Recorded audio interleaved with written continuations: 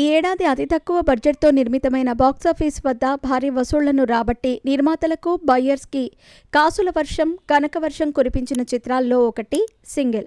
Gita arts సంస్థపై శ్రీ విష్ణు హీరోగా నటించిన ఈ సినిమాలో కేతికా శర్మ, ఇవానా హీరోయిన్స్గా నటించారు.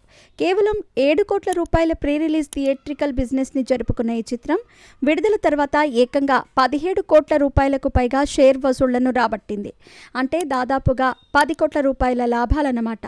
వరుసగా ఫ్లాప్స్ని ఎదుర్కొంటున్న టాలీవుడ్కి ఈ చిత్రం సరికొత్త ఊపిరిని అందించింది. అయితే విడుదలకు ముందే ఈ సినిమా డిజిటల్ రైట్స్ని అమెజాన్ ప్రైమ్ సంస్థ భారీ రేట్కి కొనుగోలు చేసింది. థియేట్రికల్ రన్ పూర్తయిన 4 వారాల తర్వాత ఈ చిత్రాన్ని అమెజాన్ ప్రైమ్లో విడుదల చేయాలని మేకర్స్తో ఒప్పందం కుదుర్చుకున్నారు. దీంతో ఈ చిత్రాన్ని జూన్ 6న అమెజాన్ ప్రైమ్లో స్ట్రీమింగ్ చేయడానికి సన్నాహాలు చేస్తున్నట్టు సమాచారం. దీనికి సంబంధించిన అధికారిక ప్రకటన కూడా రీసెంట్గానే వచ్చింది. అయితే ముందుగానే ఓటీటీ తేదీని ప్రకటించి చాలా పెద్ద తప్పు చేశారని ఈ సినిమాని కొనుగోలు చేసిన బయ్యర్స్ మండిపడుతున్నారు.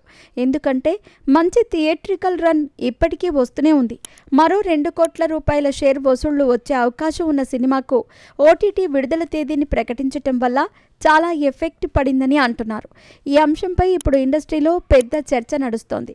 ఇకపోతే మే 1న విడుదలైన హిట్ 3 రెట్రో చిత్రాలు కూడా అదే రోజున విడుదలయ్యే అవకాశాలున్నాయి. ఇదంతా పక్కన పెడితే గీత గోవిందం చిత్రం తర్వాత గీతా ఆర్ట్స్ సంస్థకు ఈ మధ్యకాలంలో కనీ విని ఎరుగని భారీ లాభాలను తెచ్చిపెట్టిన చిత్రం ఇదే. ఈ ఏడాది విడుదలైన తండేల్కి కూడా భారీ వసూళ్లు వచ్చాయి. కానీ లాభాలు మాత్రం నామమాత్రంగానే వచ్చాయి. కానీ సింగిల్ చిత్రానికి మాత్రం పెట్టిన ప్రతి పైసాకి 10 ఎక్కువ వచ్చింది. ఒక విధంగా చెప్పాలంటే జాక్పాట్ అని చెప్పొచ్చు. ఈ సినిమా భారీ హిట్ అవటంతో శ్రీ విష్ణుతో మరో 2 ప్రాజెక్ట్స్ చేసేందుకు ఒప్పందాలు కూడా చేసుకున్నాడట అల్లు అరవింద్. శ్రీ విష్ణుకి కూడా తన మార్కెట్ని భారీగా పెంచుకునే అవకాశం ఈ చిత్రంతో వచ్చింది. ఆయన కెరీర్లో సామాజ వర్గమన చిత్రం అతిపెద్ద బ్లాక్ బస్టర్ అని చెప్పొచ్చు.